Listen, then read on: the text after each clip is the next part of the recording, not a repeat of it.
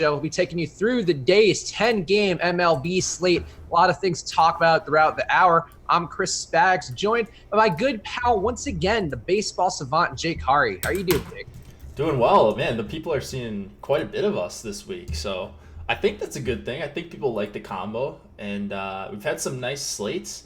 How did your last night go? Did you win anything? Yeah, it was fine. I mean, it wasn't, any night you're not losing, I'm okay with. So yeah, I made a little bit of back, decent ROI, but just didn't have the right combinations overall. Honestly, I don't even know why I didn't, but I feel like there was just doing these shows, sometimes you kind of get a little tunnel vision with the lineups you have before you go into it. And I think I didn't quite get there, but I actually don't even know what I missed. How'd you do? It was looking really good there for a while. I was at the top of a couple tournaments, and then it kind of fell off. I didn't actually get to see a ton of what happened. I was at softball, so I was trying to check the scores in between innings. But I ended up. I felt like I was close, which is I needed that. That was refreshing. Been going through a bit of a losing streak here, so didn't quite get there last night, but got another good feeling about tonight. So I think we're gonna make some money, and I think we might have like a secret pitcher that Alex touted for free on Twitter. So I think there's a lot to talk about tonight. Oh, yeah, I did not see that. But hey, one thing we should talk about real fast is using that promo code Live Before Lock. Get half off your first month or week of any Osmo Plus membership and get all the ownership projections, the rankings, the regular projections, the plug right into Fantasy Cruncher, the deep dive column every day, the lineup builder. There's a million things I can keep listing to give you guys all the stuff that you need to build better MLB DFS lineups. So use that promo code Live Before Lock right now and get half off your first month or week. What did Alex tout on Twitter? I didn't see this. So this gentleman who's coming to make his major league debut, it was actually in the Osmo Weather account. So this is what you're going to need to do. I'll drop this link in chat right now.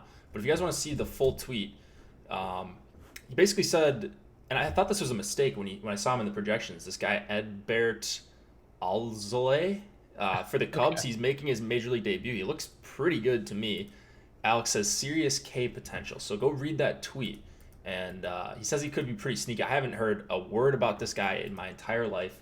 I did some quick research about 10 minutes ago while I was watching the end of the deeper dive because they didn't talk about him. But yeah, he's got big strikeout stuff. He's stretched out, and he was supposed to make his major league debut about a year ago, but he had a season-ending lat injury. So today will be his debut. He's supposed to come in at some point after awful Tyler Chatwood. That is one pig Latin-y sounding name, but yeah, that is a real human being. Advert Alzolay. Advert Alzolay. I feel like let's work on the name. Advert Alzolay. All right, we got that. There we go. Yeah, Jake, you want to try your go with it? Advert Alzolay. There we go. Now we're gonna remember his name after tonight when he makes us thousands and thousands and thousands of dollars. Yeah, I'm curious now about this guy. Also, the Oakland lineup just came out. All right, lineups coming in as we talk. But yeah, we'll update you guys also as the lineups come in. Obviously, we are still waiting on a handful here. We have the Baltimore lineup still pending, and also both lineups in that Giants-Dodgers game that we need right now. Let me just get this Oakland lineup in. But Jake, let's talk about the pitching a little bit up top here. Besides Advert Alzolay, of course, the must-have pitcher that we've all known about the entire day. We are going to have a day today, Jake, where Wade LeBlanc is the chalk. Let's just talk about him up top here. I'm not crazy about him, though I do see the matchup, the value in the matchup itself. But Jake, what are you doing with Wade LeBlanc today? Yeah, I mean, it's obvious value. From a median projection standpoint, he's going to grade out well. He is under 6K on DraftKings, so two pitcher sites, Yahoo as well. He's going to look good. He's going to pop in optimizers. I understand that. His ownership is absolutely outrageous right now. On our last update, it's actually come down a bit, but he's still around 30%. So depending on tournaments you guys are playing, I'm not going to get to 30, I don't think. I told Laffy this morning I'd be into the 10 to 20% range, hopefully closer to 10. I ran a quick crunch before we got on the show, and I had him at 15% after I filtered out everything. So that's a spot that I'm comfortable having him at. I would not like to be overweight on Wade LeBlanc, especially with this new guy that we've got possibly in the player pool. It's just Wade LeBlanc chalk. I'm not necessarily interested in that. Yeah, I mean, the thing with Baltimore is they don't really have a lot of danger, and it's still their projected lineup, so maybe they have some hidden weapons that are coming into the lineup that we're not expecting right now. But the projected lineup has a 138 ISO, a 28% K rate, Also, Seattle's park has been pretty good at limiting power and production on the year. So it's a tough combination for Baltimore, even if you're trying to get to there as leverage. LeBlanc, though, also just bad on the year. 11.2 hits per nine allowed. Also giving up a good amount of hard contact with 39%. And the fly ball rates there, too, at 42% with a 4.9% home run rate. So point being, LeBlanc does give up production, but if anything, it might just be Baltimore's terribleness that just keeps it down. So I would agree. I think there's going to be guys who have more strikeout upside. And it still wouldn't surprise me, even if he did give up some production to Baltimore, just because that is the Wade LeBlanc experience. Yeah, he's just not a good pitcher, and he's going to be chalk. And, there's options that aren't going to project out quite as well, but there's just the ownership discount you get on some of these other guys just makes so much more sense. Even like Eric Fede or someone like that. Yeah, all right. So, Eric Fede's ownership has come down a little bit, but I guess if you want to talk about him, let's talk about him now. He's going against the Philly team. He's got 5.1 implied runs going for them. And Fede, also not a strikeout guy, just 5.2 Ks per nine on the year, which is the lowest on the slate. He does limit damage pretty well, but not a guy I'm super enthusiastic about, and wasn't enthusiastic when we had him being much higher owned earlier in the day. How much Eric Fede do you think you're going to have today, Jake? Right now, I got to just a little bit of him, like a few shares. That'll probably go up just a bit, just because he's a $5,400 pitcher. Like, he's just or $5,300. Sorry, he's again not great. Huge implied total against him. Actually, it might be 5.4, 5.5 depending on where you look. We've got the Phillies total at 6, so okay. He projects out pretty poorly. Maybe it wasn't a good example. I'd rather get to probably some other. Okay, I thought maybe like Fede was your guy, where you're like, no. Fede's really coming through for me on my projections. He's not my man tonight. Okay. Yeah, so I agree, not with Fede. I think it's an interesting idea to go to him as leverage on the Philly stack. It's going to be pretty highly owned, but I'd much rather have Philly, especially Bryce Harper hitting leadoff. We'll talk more about them in the back half of the show, as we always do with the stacks. But yeah, I'd be more inclined to go the other way and really not into Fede. But we do have some other highly owned, kind of crappy pitchers, Jake. The number 2 guy right now on DraftKings is going to be Adam Wainwright. I think he's comparable everywhere else as well. Adam Wainwright going against Miami seems like a decent spot on paper, though he's also been pretty bad, kind of a similar spot to LeBlanc, where it's not so much about his talent as much as it is the matchup. How much Wainwright are you going to have? Around 20%. And that's kind of exactly where I wanted to be. If he's in the 20-25% ownership range, I don't mind that at all. Righty heavy lineup for Miami, as we've talked about a number of times today on other shows. Just bad. They're as safe of a spot as you can be long term going up against the Marlins with the righty. Wainwright's had some recent success as well, which is good to see, and he's not massive chalk because he's priced up a little bit more than what we've seen like Michaelis a couple days ago. Like, it was a super obvious value. This is obvious value, but not to the point where he's going to be crazy chalk, which is what you like. Yeah, I think that's fair. And I actually, now you're pointing it out because I didn't see their confirmed lineup for Miami until now. You're right that having all the righties in there is going to help out Wainwright quite a bit. His struggles have really been versus lefties. You have a 1.9 whip and 10.8 hits per nine to lefties.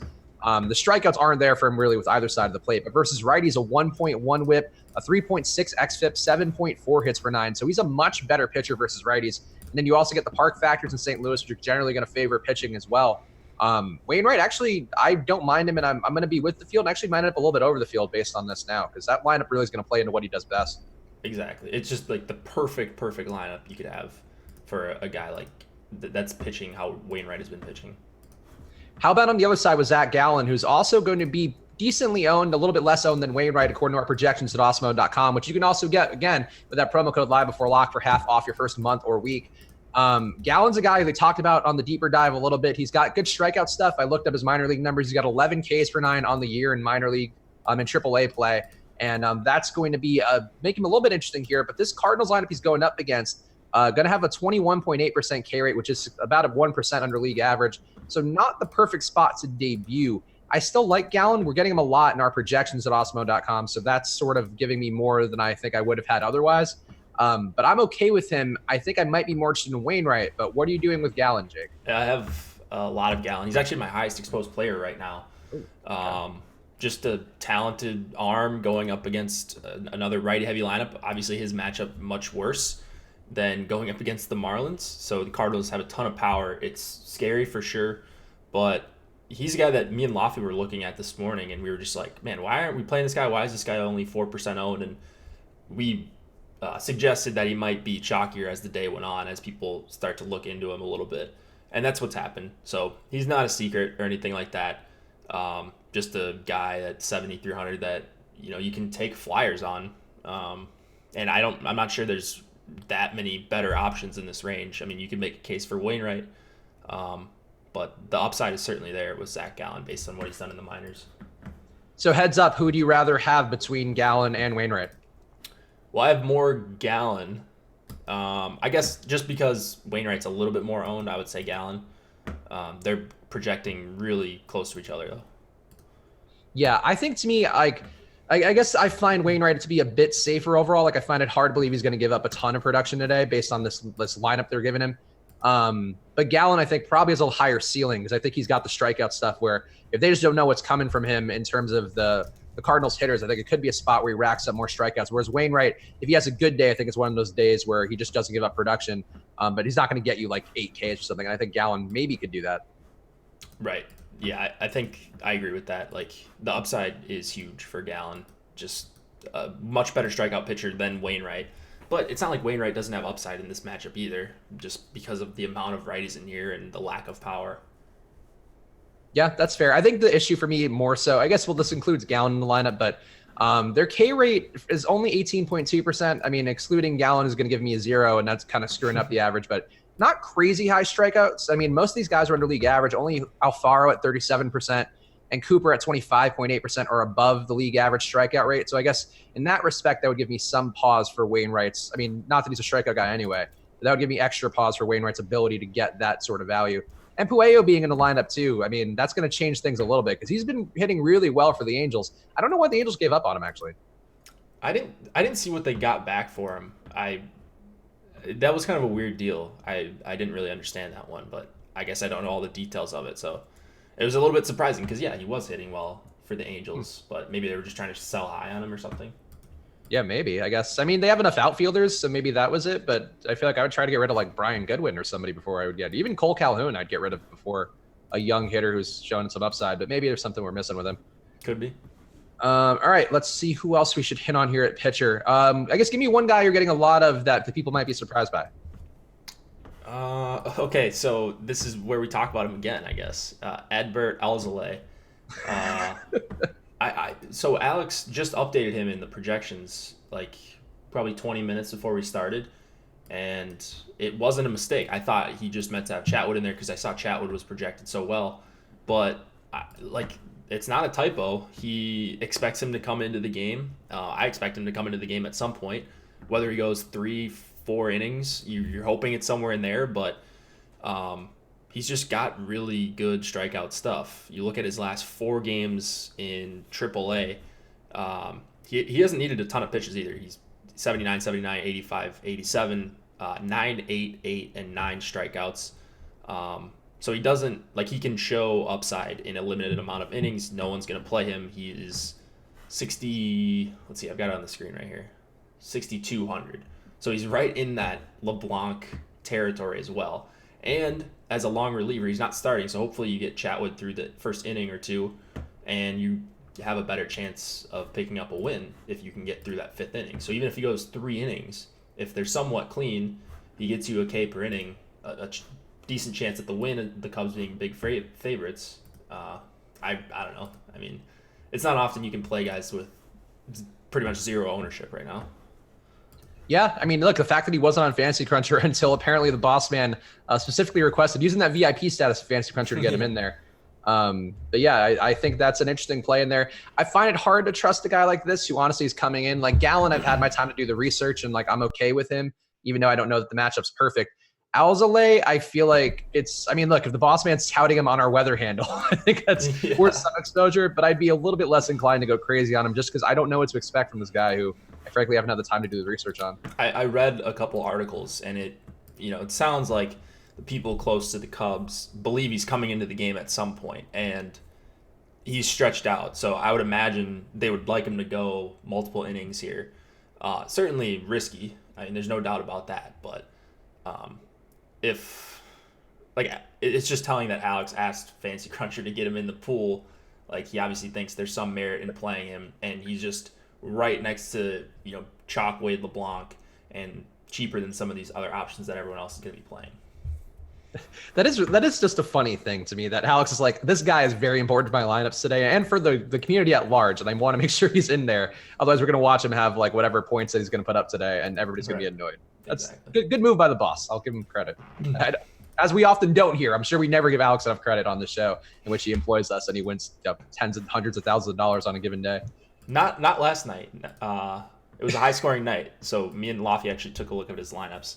He was close. We thought he was really close. A couple more Detroit runs, and I think he would have maybe taken down 100K or two. But yeah, he did not struggle. I mean, he got back almost even in a lot of the tournaments, but not his typical 50, 100K binks last night. Yeah, that's fair. I mean, it was a tough slate. I feel like once you have Mike Trout in there putting up 40 fantasy points, like I had some good lineups. I had a few with Chris Taylor and some of the other Dodgers that did well. And it just wasn't really enough without Trout in there and one dead spot maybe out of it. So it's a tough construction when you have a chalk player who's going to be that potent. Also, the NBA draft trades are really flying by, huh? Yeah, I'm seeing this. I mean, I don't understand a lot, but my friends are like texting in our group about, because they're all Wolves fans, and I guess Wolves made a pick. What do you think about that? They traded Sarek for the number 6 overall pick. Somebody's saying in the YouTube chat. So a trade that doesn't matter. It matters. I'm not as big on the guys outside the top 5 of the draft. I mean, honestly, the top 3. Like I feel like everything else is kind of a crapshoot, but that is where there could be opportunity. But yeah, that's an odd trade because Phoenix also just gave up another player, seemingly to clear cap space, but maybe not if they're bringing in Sarge. Very strange. But NBA draft tonight, so watch that. We have no content related to it, but watch it on TV. Yeah, I suppose. Let's see who else at pitcher. Anybody else that you're getting? Oh, Frankie Montas we should hit on because I think he's a guy who projects pretty well for us. He's not the usual 2x value plus that we're trying to get. But the spot here going against a Rays lineup who has some real danger, a 194 ISO in that projected lineup, or that confirmed lineup rather, 268 batting average, 115 WRC plus. They strike out at a 24.3% clip, and Montas has had, I think, 3 straight games over 9 strikeouts. So he's been doing it, and I'm starting to buy into him. I think we've talked about him before on the show where he is sort of tough to figure out how he's doing this because none of the numbers really jump off the page in terms of missing bats particularly well. But he's been doing it time and again. The splitter, the deeper dive guys broke down at some more length and how he's added that to his repertoire. I'm going to have some Montas. I think I'm going to be at least with the field, Jake. What about you? Yeah, I like Montas, actually. I was getting over the field on the last crunch. So I think he's come so far from last season where I thought he was terrible. And he wasn't great, but now he's missing more bats. Maybe not up to the point of a guy like Charlie Morton on the other side. But 10K here, I think you're going to be able to get to him because there are some expensive bats, but there's also some really cheap pitching. So maybe in my Montas lineups, I'm going to try to avoid getting too much Wade LeBlanc or someone like that because Montas has picked up steam as the day has gone on, I believe. Yeah, I mean, that 3.6 implied run total for Tampa Bay is pretty low. And it's a nice spot. I mean, being in Oakland is certainly going to help keep the ball in. Every single factor for hitting is decreased substantially at that park, I think, except for doubles. Doubles is just right with league average. So it's a nice spot for Montas where hopefully he doesn't give up a ton of power, but the Rays are dangerous and they can definitely, death by 1,000 cuts could be a thing here. But I'm still willing to play Montas and hope he does well. How about Charlie Morton on the other side? I thought I was going to get to more Morton right now. I got to 10%, so right at the field. He was a guy that I wrote up last night. I thought he would be my favorite guy in this range once we got closer to lock. But people are playing him. It looks like 10% of people about. And the A's just don't strike out as much. So I was kind of underestimating Montas on the other side. I kind of overlooked him, to be honest. But I've moved more of my Morton shares and saved the $1,300 in those lineups. Also, Brandon Parker asking in the chat. Normally, we don't take requests because we're not DJs here, unfortunately. But I'll take this one this time because he's saying he's being nice. Spags, I know you don't like doing this, but you're 1-0 and give me the right team to bet. Who you got tonight, Jake? If you were giving Brandon or anybody out there one bet that you would make on today's slate, what would it be? A bet, just a team to win? Yeah, I guess. Let's see. Well, I don't know. I mean, in sports betting, supposed to talk about value. I have no way to quantify value. So with that caveat, um, I think the Cubs are gonna win because Alzolay is gonna take him to the promised land. It's all Alzolay all the time on Live Yeah, Before Lock today. that's exactly right. I would take the Twins over Kansas City, and Okay.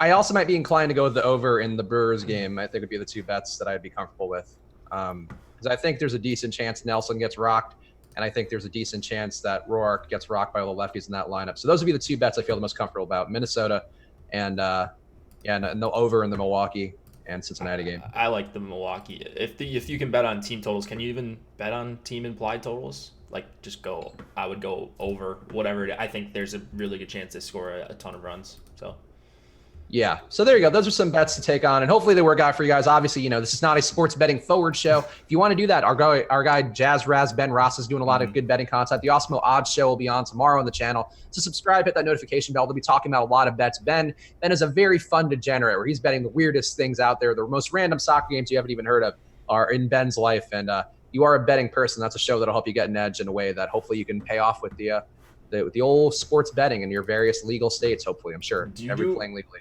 Do you do much betting, Chris? I have before. So the thing for me is in college, I won. So this has always been thing. Obviously, that was a long time ago for me in college. I won a 17 parlay that paid out $8,000, and since then, and that dug me out of a really big hole I was in college, not just gambling wise, but life wise. I had a breakup, got stuck with a lease, so it was a terrible situation. Jeez.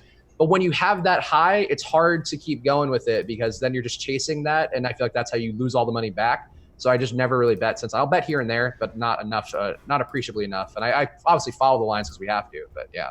That's a pretty mature take. You don't often hear a lot of college age people win a big, be like the equivalent of banking 100K. Like, you think you just got all the money in the world, but it's pretty easy to give that back. So for you to say that you're not, you decided right there to not give it back. That's it's pretty wise of young spags. Thanks, Jake. Yeah, no, I think to me it was like I recognized the degenerate tendencies I was getting because I was betting a lot in like West Coast Conference college basketball games, and I'm watching like St. Mary's games, and I'm like, what the fuck am I doing, man? Like there's got to be a better way. Which I appreciate people that can do that, and it's healthy. For me, it just didn't feel healthy to me, and so I went the other way. And DFS gives me enough of that fix with a little bit more of a feeling of control, I think.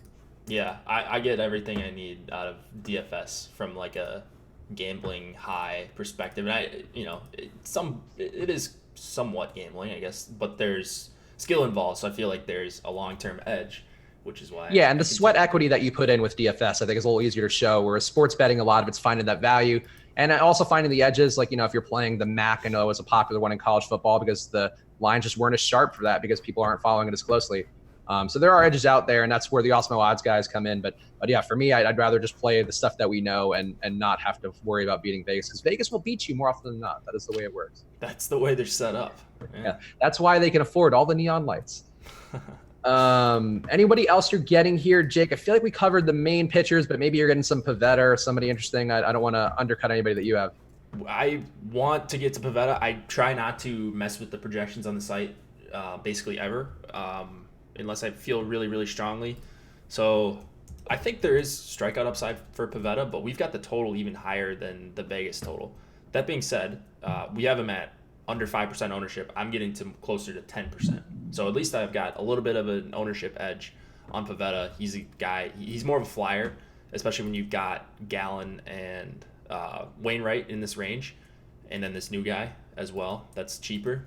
But I do think he is still a really talented arm that's going basically unowned. Tough matchup for sure, and he's home run prone, and the wind's blowing out. I get all that, but he's someone that can miss bats in a big way, and just no one's playing him.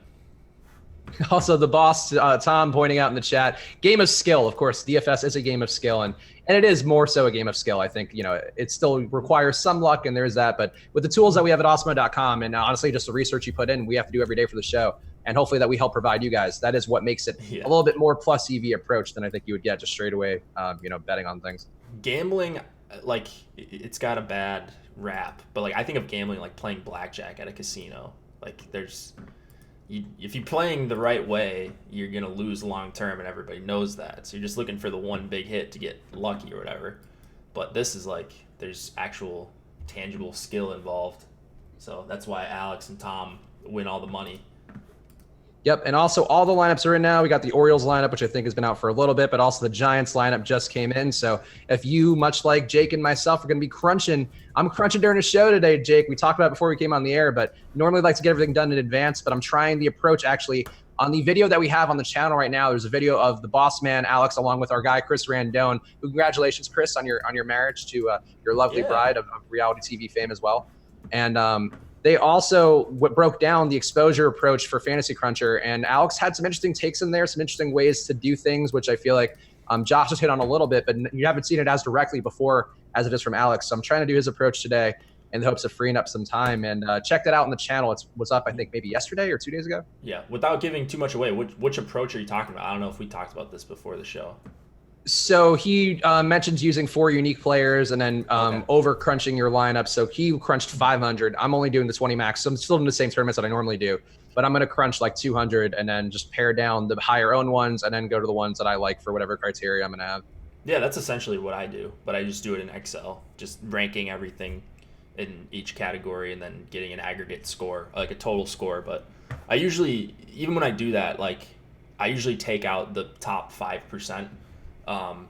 Like total owned lineups, regardless, just because sometimes the filters I have set up don't quite do that. So I get like my number one lineup in ownership, meaning the most ownership. So like the chalkiest lineup I could have while also stacking as part of my 150, and I just don't really want that. I don't think that's a profitable lineup long term, like trying to win a tournament. Maybe for cashing it might be better, but I'd rather just not have those really chalky lineups at all, really. Yeah, that's what he does in the video. I mean, and again, no spoilers because you really should watch the whole thing. I think it's about 30 minutes. It's worth the investment of time. But he goes in there and basically just willy-nilly deletes like the top 100 owned lineups out of his 500. So if you can, so we've talked about this actually in recent days, like talking about FOMO, fear of missing out for people that don't know.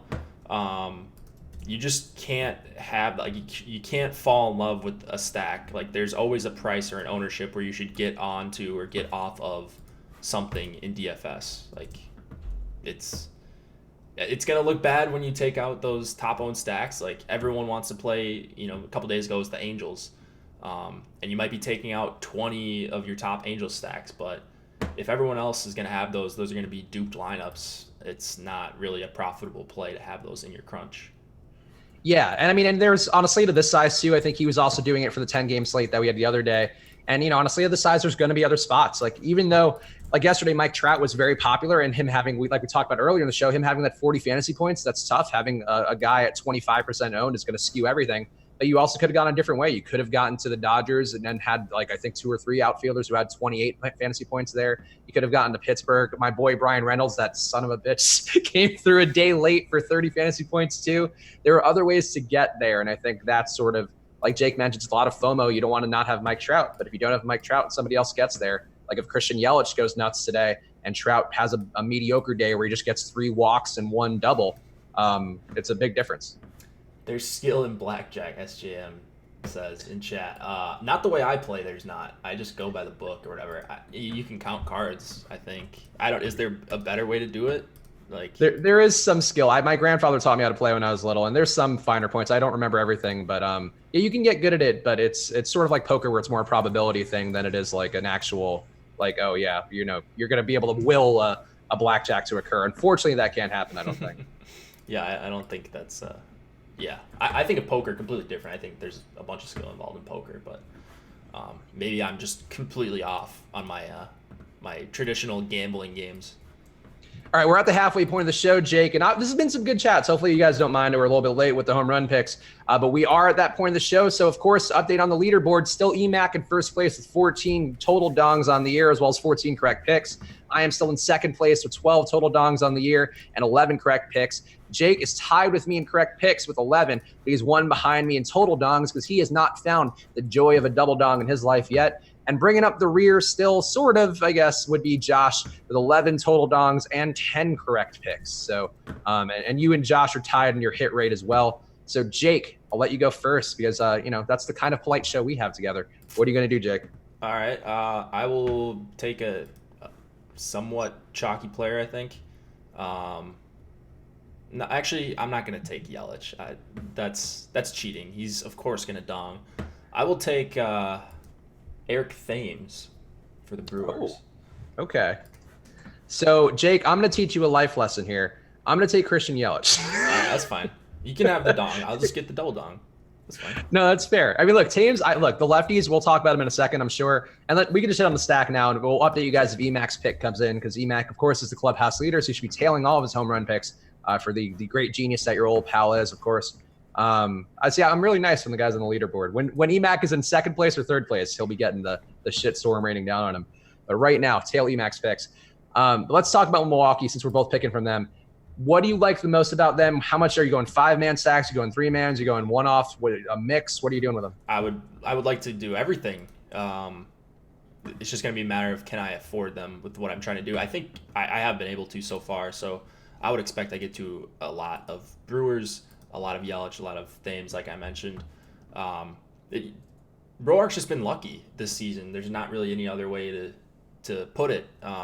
33.3% line drive percentage to lefties, we talked about this morning, 26% to righties. Like his saving grace has always been, being good to righties and having issues against lefties. This is a terrible lineup for him to face. And he's getting ownership too. So you put that on top of it, you get some extra leverage off of a bad pitcher that's going to be owned. I don't know what's not to like here, honestly. Also, Emac's home run pick is in. He is going with the very chalky Bryce Harper, who's getting bumped up to the leadoff spot. Very nice spot for him. So I support Emac's take. And he also says for the revenge narrative for Sean B. So there you go. Revenge narrative. Yeah, that's right. Very important in baseball. I feel like it has been a thing. So we've talked about the revenge narrative. Obviously, data doesn't prove it out, whatever. Let's make that caveat up front. I do think if you could control the ball, there is a chance of a revenge narrative. And I feel like we've seen it with pitchers more than hitters, because like if the ball's in your hand, same thing with basketball. If you're a high usage rate guy, I feel like you can get, it's more easy to extract that revenge. So Bryce Harper, I don't know. I don't know, you can have revenge as a hitter, but if it is possible, today would be the day going against Fetty. Yeah, I think he's going to get revenge, but it's not because he's trying to get revenge. Like, Fetty's just not any good, and Harper is. There was another narrative. Speaking of narratives, while we're on it, the deeper dive guys brushed over it. But it's an actual kind of a real concern with Madison Bumgarner and Max Muncy. Oh, yeah. If he hits him, he could very well be ejected. So, and Bumgarner's in play tonight. Like, he's, some people are playing him.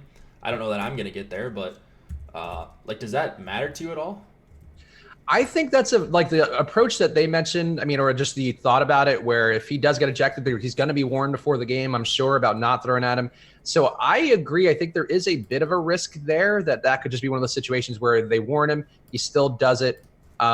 It's not a great situation, I think, to feel comfortable with Bumgarner, and he's going to be owned pretty decently, or at least let me check because of the most recent update.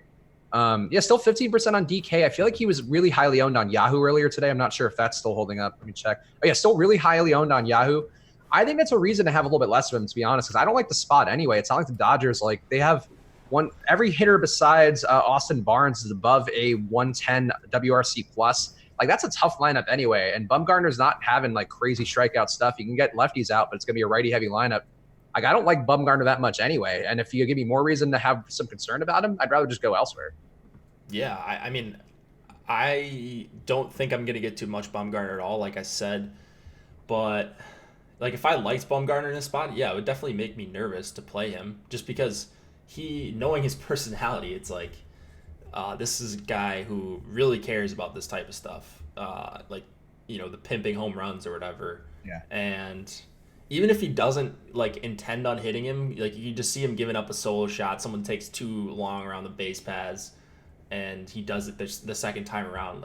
He's just that kind of person. So it's something to think about, though you don't often have to think about in MLB DFS. I have no way to quantify it, so I'm just playing Bumgarner as he's projected. Which is not that great anyway, for at least for DK. Exactly. So. Yeah. So yeah, I agree. Like I think there's cause for concern, but you actually I think nailed it with the personality thing. Like we talked about Max Scherzer yesterday. We knew like he's gonna pitch hard. If anything, he might get off on the fact he's bleeding from his face at various points, and the pain might will him to greatness. And he had that day. I think he could have had that day if his nose were healthy too. But some guys respond well, and kind of having a read on them, I think, can be, if not an edge, a thing to consider as a tiebreaker. And for him, I wasn't on him anyway, and that gets me even less. Yeah. All right. We have the Nats and Phillies delayed. Yes. So that's fun. We'll see what the Awesome Weather Twitter handle has to say about that. But how are you feeling about it, Jake? I wasn't planning on having any issues with that game. I think maybe this is a spot where you take advantage of recency bias, because people are going to be possibly off this game entirely now that they see it's delayed. I don't know. Maybe some people are upping the risk. I'm not exactly sure what's going on around the industry, but right now I'm just playing it like it's going to play. The guys I have exposure to are some Nats, of course, but also a little bit of Pavetta on the other side. So we'll see if there's any significant rankings update with the postponement risk, but right now I'm playing it as it stands. Yep. All right. That's fair. Also, since we have a question from Eric Johnson in the chat, and this dovetails, SJM26B pointing out in the premium Slack, which you get as part of your membership with Awesemo.com. Get that Awesemo Plus membership for half off your first month or week with that promo code Live Before Lock. You can join all the guys in there. They're talking about all the things. They're posting tweets, second news break. So it is a really helpful addition to when you're building lineups. But SJM points out Gallen revenge narrative as well, because he was traded from the Cards to the Marlins in the Ozuna trade. That's interesting. Look, I did just say that pitchers sometimes I feel like can be more vengeful. So I'll put that in the Gallen pro column. That makes sense. I mean, I agree that if there was a narrative, it would be with the pitcher. It would be with the person with the ball, like in NBA. You could just decide to shoot 8 more times in a game because this team traded you away. I don't know if that make you any better as a pitcher, but... Yeah, and basketball too, you can rebound more. Like I think DeRozan did that in one of the games versus San Antonio, or versus Toronto when he was on San Antonio, and like he ended up having like 10 rebounds and 10 assists, and you could force the action. But yeah, in baseball, I think being a pitcher, it's a thought. Eric Johnson though asking in the YouTube chat, Jake or Chris, thoughts on a St. Louis stack? So given that Gallen's an unknown commodity or an unknown quantity, and he's going to be decently owned, are you going to any Cardinal stacks? I don't hate the idea of it. Like I think full stacking would be the way to go if you are playing Cardinals. I'll see where I was at on my last crunch. I don't remember getting a ton of Cardinals hitters. Yeah, because they're not coming out for me at all with our projections right now. I think I got Galen. One mini stack. Yeah. Yeah, it looks like I got a handful of Carpenter shares. Those are probably one-offs.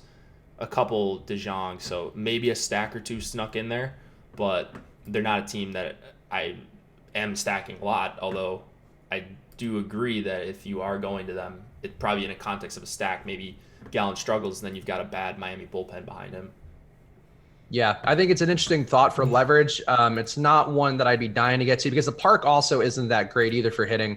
Again, decreasing every single run stat, or every single hitting stat rather, is decreased in St. Louis's park right now. Though the weather is heating up, so maybe that'll change a little bit. But on the year, it hasn't been a great one for hitting. I'm not dying to get there either. I'd be more inclined to mini stack. But it's an unknown pitcher who's coming in for his first start, could have the jitters, could maybe coming out trying to be a little too vengeful. Who knows? I mean, if you just think about it, like rookie pitcher, people are playing him. He's one of the higher owned pitchers on the slate. And so it makes sense just from that perspective. Like Cardinals do have a bunch of power as well. I get it. I'm just not really getting there.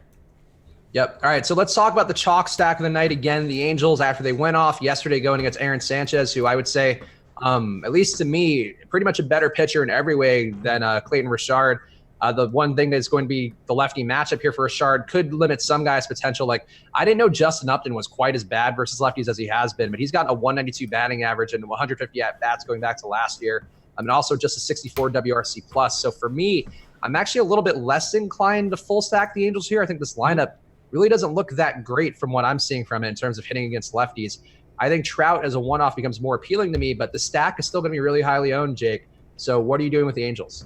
They're my highest owned stack. Okay. Right? Well, they're right up there with Philadelphia. I don't have the actual numbers, but looking at my hitter exposure, they were right up there with Philadelphia. So actually, that is a bit of a concern, that Nats game for me. We'll see, though. So the Angels against Clayton Richard, I mean, he's a massive ground ball pitcher when he's got his best stuff working, can be really, really frustrating. The Angels have a few good hitters, and were you noticing that you were getting a lot of Pujols on your stacks? Because I got a ton of Pujols, like right up there with Yeah, Trout. I was. So that's the thing. Like he projects well, Pujols does, and I don't know, man. I just like I'm looking at down this lineup here. Upton with a 64 WRC plus versus lefties. Cole Calhoun with an 86. Pujols with a 97. So he would be the best one I think out of that group. La Stella with a 79 WRC plus. Rengifo with a 70. Are you Not looking at just this year versus lefties? Because I don't think Upton's played much this year. going back to last year. Oh, okay. Yeah, so 145 at bats for Upton going back to last year. All these guys besides La Stella's only had 102, and Rengifo's only had 50. But all these other guys, above 200, above 250. It hasn't been great for the Angels versus lefties, and it gives me enough pause. Like I still have no issue with Trout; he's never a guy I have a problem with. Dustin Garneau, I also don't hate, but he seems due for some regression as well. I don't know. I'm just not as sold on him as I was earlier in the day. Yeah. I mean, they're going to be massive chalk once again. So They are. Rengifo, the GOAT, got there last night. He So did. I'm It was a counting big on him. Rengifo day. Yeah, he's low owned once again. So I guess I'm going right back to the Rengifo train. So I'm on the opposite side of you for that one, it looks like. When you could ride the Rengifo hot hand, I'm sure you just have to. But it jumps out to me when I'm looking at it now. So that would be one reason to give me some pause. Also, the fact that just in general, Richard does keep the ball down. His home run rate's been up this year because he's pitching in Toronto, who's given up a lot of home run production at their park. It's one of the top home run parks on the year. But he's still, in general, only a 22% fly ball rate. So he does keep the ball down. And maybe they just keep hitting, and that's possible. But I do think I'm a little bit less into them than I was earlier today. And I don't know. I see some stuff that seems a little worrisome. Who's your number 2 stack, Jake? The Phillies against Eric Fede. Not a guy that I think is very good, even though I did say that I guess you could see a scenario in which you play him. I'm not really getting there. Let me get to this Philly. Oh, it's delayed. Okay.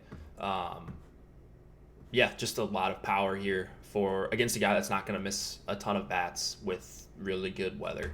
So they're just obvious value. Harper and Hoskins 1, 2, 44, and 4,600, just crazy.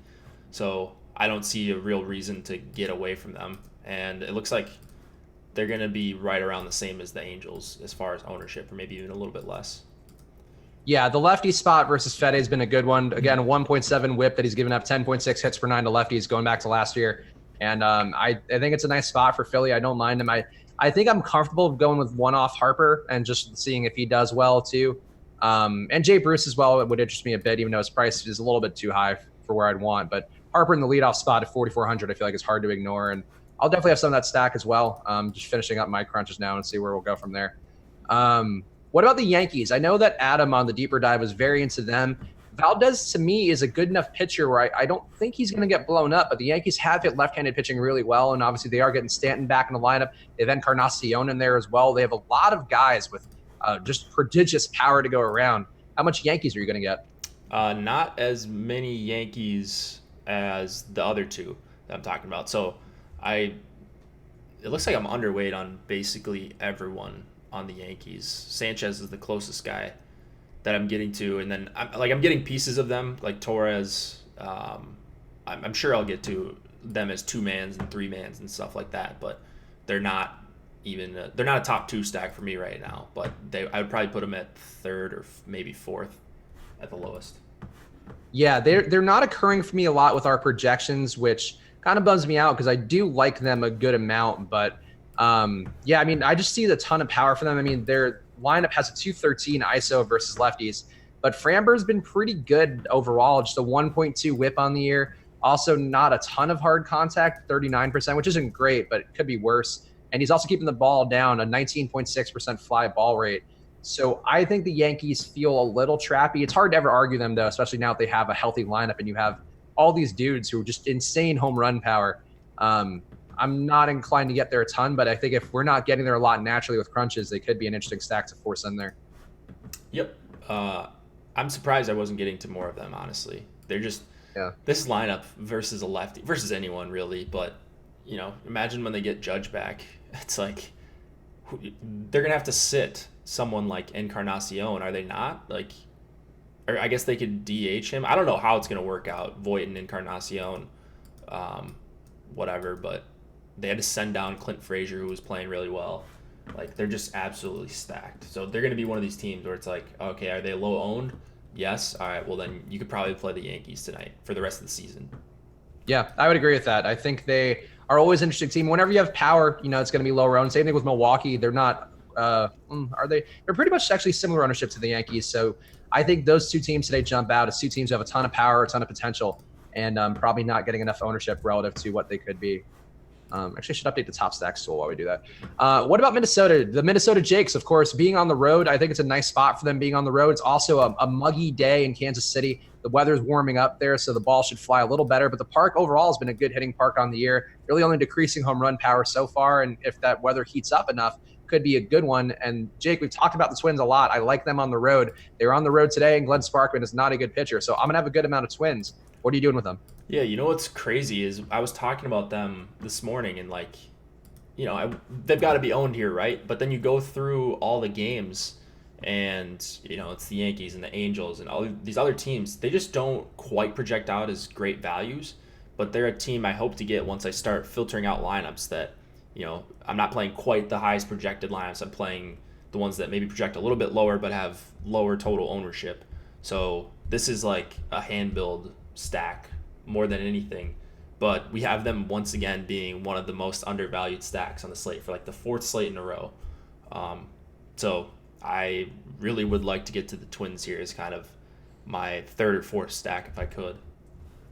Yeah, I think they are interesting in that sort of metric. And the prices here and the fact they've kind of disappointed lately, that could throw people off the scent a little bit. And, it is tough to afford these guys. Like, certainly don't want to pay on paper $5,300 for Max Kepler, but he's been hitting well in the year. He's got a 141 WRC plus on the year, a 112 WRC plus going back to last year versus right-hand pitching. I prefer to go to Polanco, like if I'm going to pay that price. And Polanco's actually pretty cheap relative to some of these other guys. But, it's tough to justify paying $5,300 for Kepler and Garver. But they've been there on the year, and that could be the logic that if they do go off, people just won't be there as much as they should be. Yeah, and they haven't. They've been just like chronically underowned recently, at least according to the top stack tool. So they're a team I kind of want to jump on when people aren't as high on them as maybe they should be. Yep, I would agree. Let's see. Who else here's got a big team? So who else are you getting that we haven't talked about? How about Seattle actually going against Dylan Bundy? Because that's sort of an interesting leverage spot, given that Bundy's going to have ownership everywhere. He does strike guys out, but he struggles versus lefties. He's getting a lefty-heavy lineup with guys who have some serious power, like Dan Vogelbach. Narvaez has also been doing a good job on the year, even though his ISO isn't the best.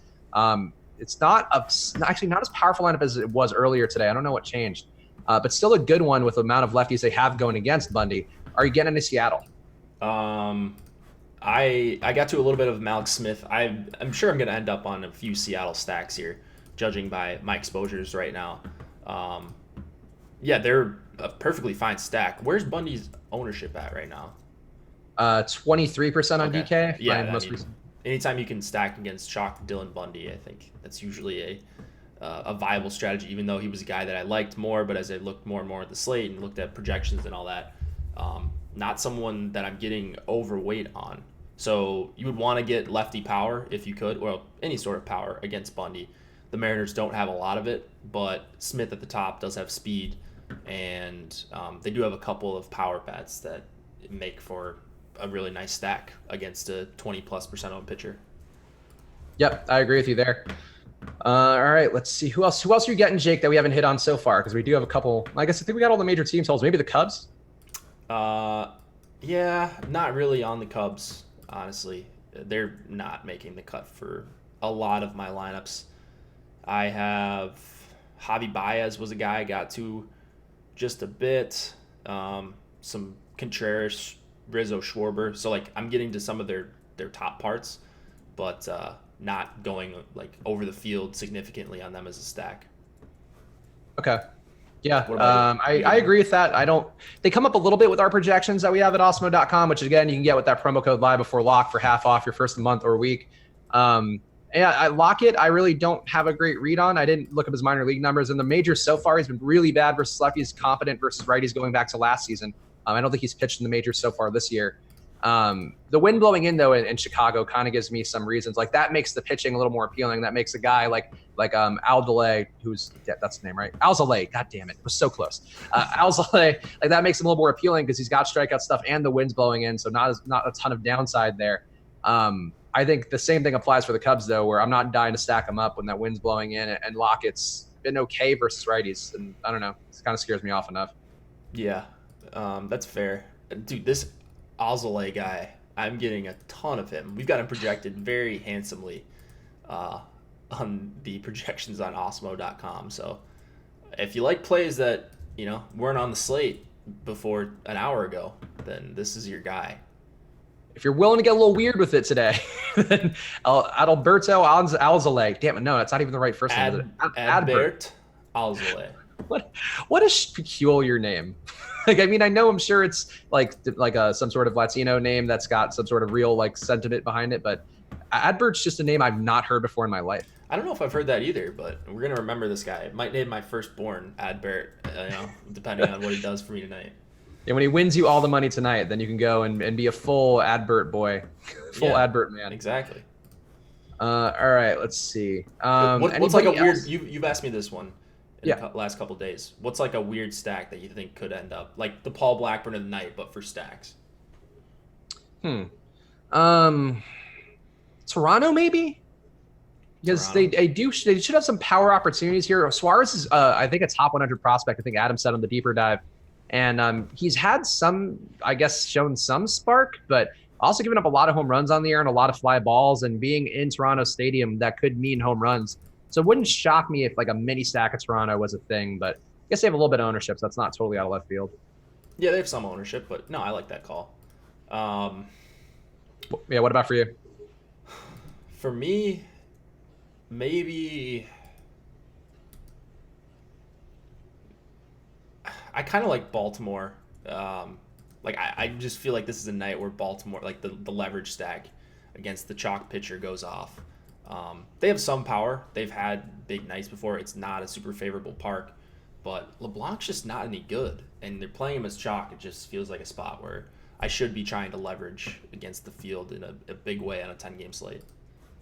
Okay. Yeah, I think that does seem like an approach that would work. I also kind of wonder about Tampa Bay, honestly, given the fact that Montas is going to have ownership and, they're just not getting – I mean, they are getting a little bit of strikeouts, but they are just creating a lot of contact, creating a lot of hits. I think they could be one that's a little bit sneakier than they may seem, even though, being a not a great hitting park is going to be a problem for them.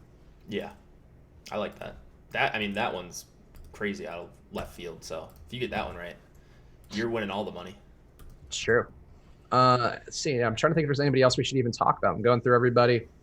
Houston appealing to you at all? Going against Chad Green, and I think Nestor Cortez is going to be the one after him.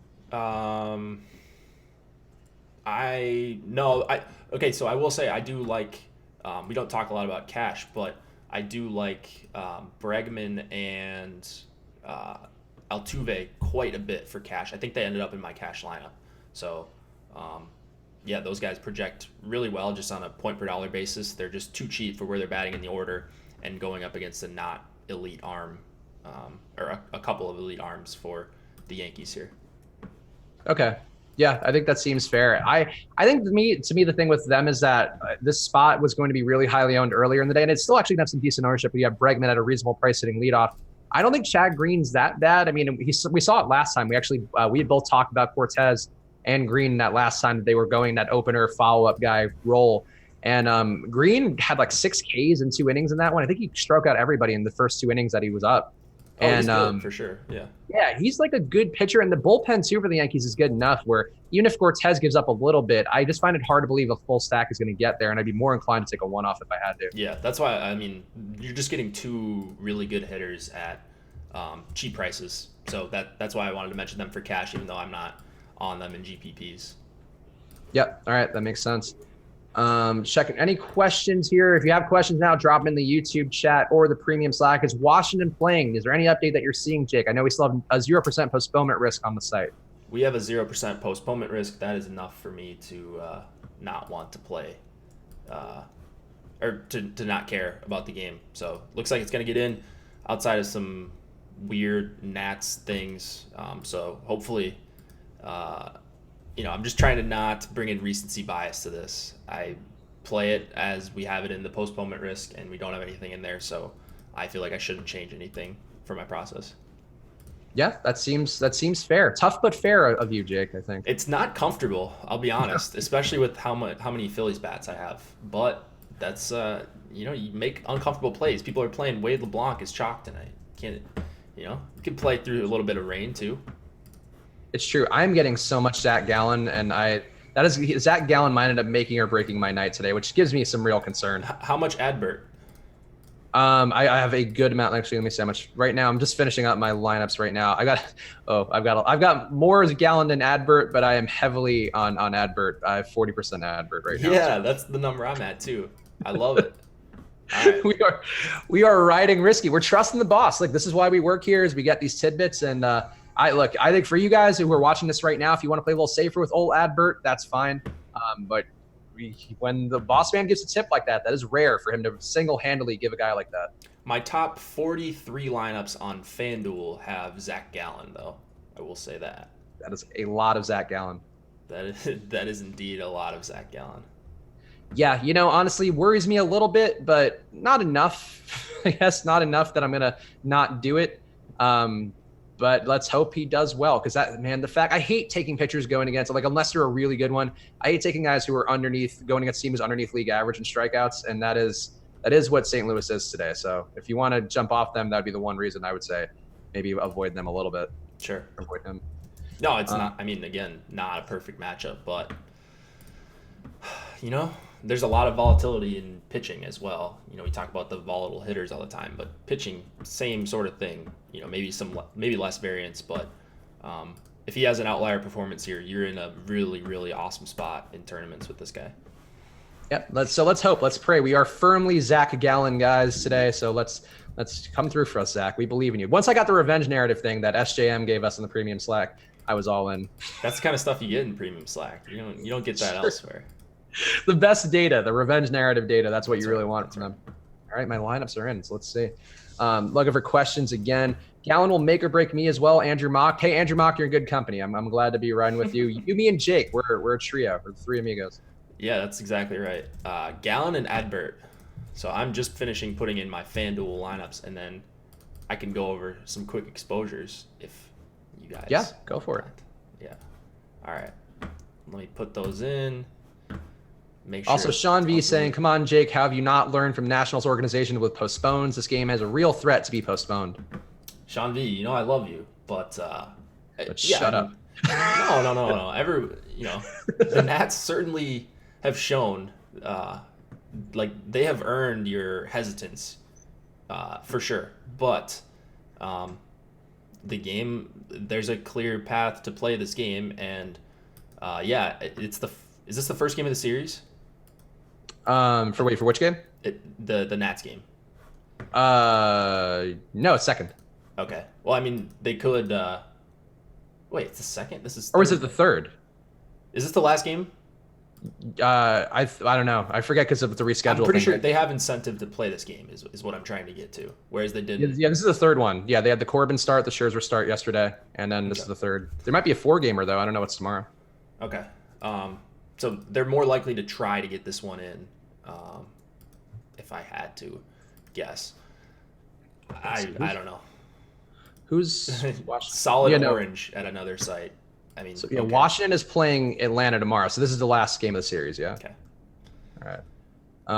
It's weird because I feel like this series feels like it's gone on forever, and the Angels series doesn't feel like it's gone on forever. That's been a random 4-gamer where they're just still there. Yeah. All right. We got 2 minutes left, so get it in. The Paul Blackburn Award, of course, McCall doesn't ask for it, so unfortunately, we can't do it. No, we can do it in honor of McCall, even if he's not in the chat. Our guy, of course, Paul Blackburn Award is the award given to a pitcher who's fundamentally kind of bad, but also cheap enough they could be in a tournament-winning lineup. Jake, who would that guy be for you today? Well, he's not even bad. I mean, he's a good pitcher. It's risky playing this reliever and unknown. He's not even a reliever, but a guy coming in relief. Advert. Wait. Alzolay.